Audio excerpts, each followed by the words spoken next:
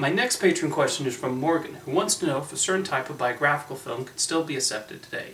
The Wonderful World of the Brothers Grimm takes many liberties of historical figures in their work for pure entertainment. In today's norm, it appears viewers would rather have real historical features, so would it be possible to do a movie like Brothers Grimm?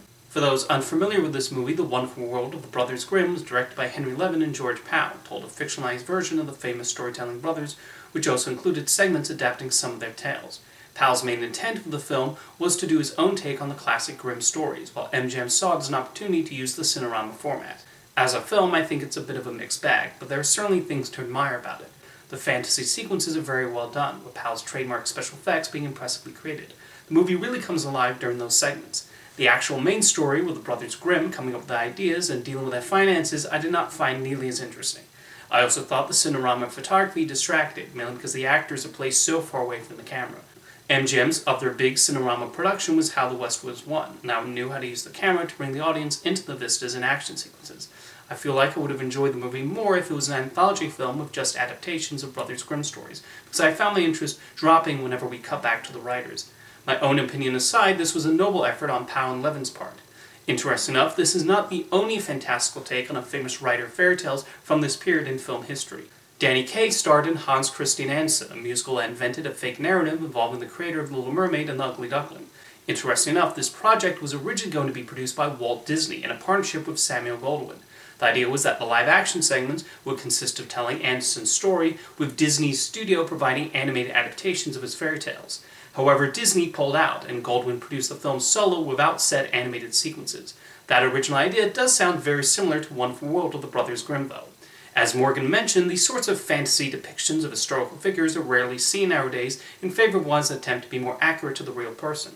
Part of it is that people are quick to point out inaccuracies, although I don't know if this is such a large concern with the general public. Case in point is the enormous success of The Greatest Showman, based on the life of P.T. Barnum. Part of the reason that film got mixed reviews from critics was because it sanitized the real Barnum and portrayed him out to be a much more heroic figure than he actually was. Opera singer Jenny Lind especially got an unfair depiction, and something that jumped out at me about the film was how it glosses over his treatment of animals. We don't even see animals in the circus until the final scene. However, most of the audience did not seem to mind the changes from reality and turned the film into a massive box office hit, primarily fueled by the catchy songs, elaborate musical numbers, and Hugh Jackman's charming performance. And that was absolutely the filmmaker's main intention, to do a big lavish spectacle of a musical with Barnum's circus as the principal setting.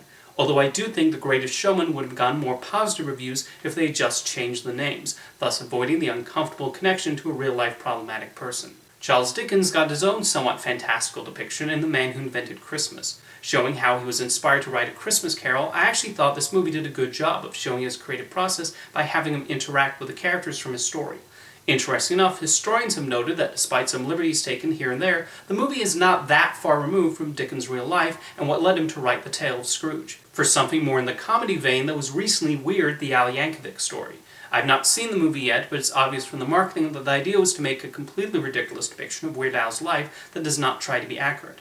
The joke of the film appears to be taking a shot at biopics that boast about being inspired by a true story, but still changing a bunch of things for dramatic effect. I actually saw a few reviews that said they wish the filmmakers had made more of a traditional biopic, but that seems to miss the point of what Weird Al and Eric Apple were trying to do with the movie. Interesting enough, Illumination had planned several years ago to produce a fantastical biopic on Dr. Seuss. Originally intended to star Johnny Depp, Chris Meledandri revealed it was going to mix his story with animated versions of his characters. However, it never came to fruition. Lisa Henson recently mentioned she was working closely with Disney on what she calls a dreamlike biopic of Jim Henson. Titled Muppet Man, it's actually been in development for more than a decade at this point, so we'll see if it actually becomes a reality. So I think it is still possible to make a fantastical historic film about real people. It just all depends on how you depict their life without angering viewers too much with your alterations from reality. Thank you for your question, Morgan.